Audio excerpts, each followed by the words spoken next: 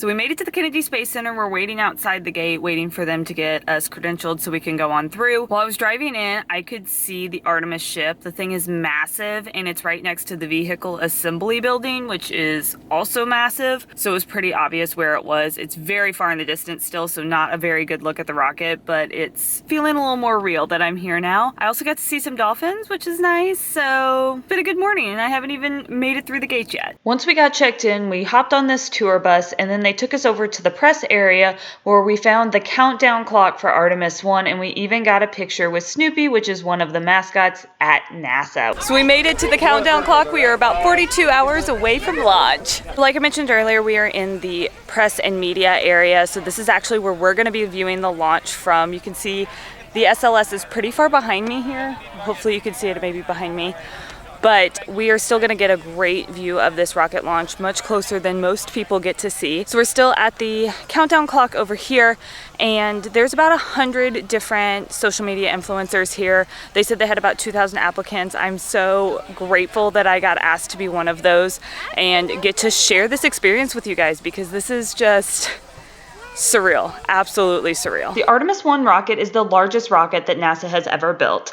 It's going on a mission to the moon that's going to last a duration of 42 days, go around the moon at 1.3 million miles, and is set to launch on August 29th at 8:33 a.m. We went to the vehicle assembly building. This is where these rockets are actually created. All the pieces from the different rockets come together here. And this isn't just a place where Artemis was built. It's much, much more than that. This is where Apollo was built. This is where Saturn V was built.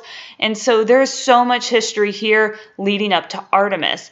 One of the really neat things about this building, though, was the crane in the center. This massive crane is what lifts these large rocket pieces as it's assembled together in this building. And these videos just can't do justice to how massive this building is and the crane inside of it that moves all of these parts together. Now, the interesting thing about this building is there's actually 4 different bays where you can have rockets going at once, so they could be putting together multiple rockets. As you can see here, nothing was happening at the time we were in the building, so we were able to walk around and see all of the different bays, including the bay where they put Artemis I together. So this particular bay was right at the end of the building. It was the furthest bay away from us, and it was absolutely massive. You can see exactly how big this rocket was for it to fit in here. After leaving the vehicle assembly building, we were able to hear from NASA Administrator Bill Nelson, as well as Deputy Administrator Pam Melroy. And these two individuals both have been up to space. They are astronauts themselves, and they were talking more about what they see the future of NASA looking like. How are we going to not only go to the moon, but also go to Mars in the future, and just kind of what the future of NASA is going to look like in the future of the Artemis generation, which is what we are in right now. These are all foundational reasons why we go to space, for science, inspiration, and leadership in science and technology. So thank you. And go Artemis. After they had to leave for a press conference, we actually got to hear from a couple of Canadian astronauts, and I wanted to share the stories that they had for us about how one of them fulfilled his dream of becoming an astronaut, because I thought the story was really impactful. What I very naively did was I set a goal to be a space explorer, and I shared it with other people, because I didn't know it would be hard or a big deal or low chances when I was young. I just said, that's what I would like to do. I'd like to be a space explorer. And now when I look back, I had no idea at the time, but when I look back, I realized that just sharing that goal had other people on my team and helping me. And they were slowly, throughout my life, enabling me, kind of guiding me, presenting opportunities, challenging me in ways I probably wouldn't have done on my own, to prepare myself, to join the Air Cadet program, a youth program in Canada, to join the Royal Canadian Air Force, to get the experiences I needed to do this job.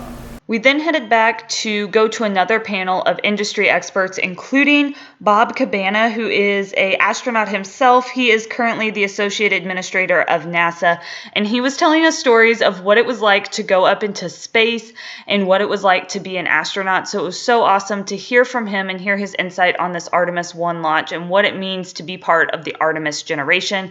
We also heard from some of the other project leads from the team at NASA as they were sharing their stories stories and sharing their excitement about the Artemis I project. They had so many insightful things to tell us about the project, and they even brought some goodies to show us, which included the shields that are going on the outside of the spacecraft. So it was really neat to see just all of the work that goes into it, how heavy these blocks are that are on the outside of the space shuttle that is going to be protecting the astronauts when we actually get to a flight that is going to house humans, because this flight is a test flight. Artemis I is not taking humans, but they will in the future. In order to make Artemis I actually happen, NASA collaborated with a lot of industry experts outside of NASA, and these experts came to a panel to share with us how they got the engines to work, how they got the crawler to work, how they got the fuel to work in order to make this entire program happen.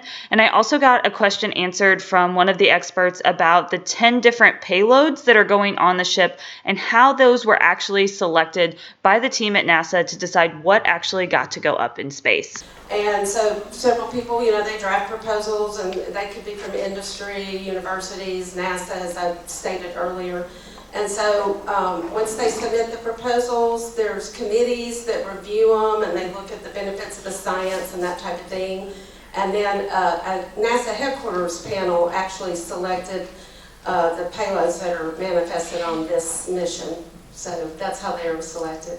Does that answer your question? Yes. Okay, thank you. Last but not least, we got to hear from the Associate Administrator for Science and hear his philosophy and how he got into science and just what he believes the true meaning of all the science and all the work that we are doing in space as a human race means for society. And I would just love to share this clip with you. For me, of course, it's about rockets, it's about spacecraft, it's about looking at the universe in a new way, it's looking at the moon and learning how to live in places we've never been there. But it's also about taking the human condition and bringing it to a higher level. So that was my day at NASA. I am so excited to share more of this experience with you. So make sure that you hit that subscribe button because Artemis I is launching and I am excited for you to see this too. Welcome to the Artemis generation.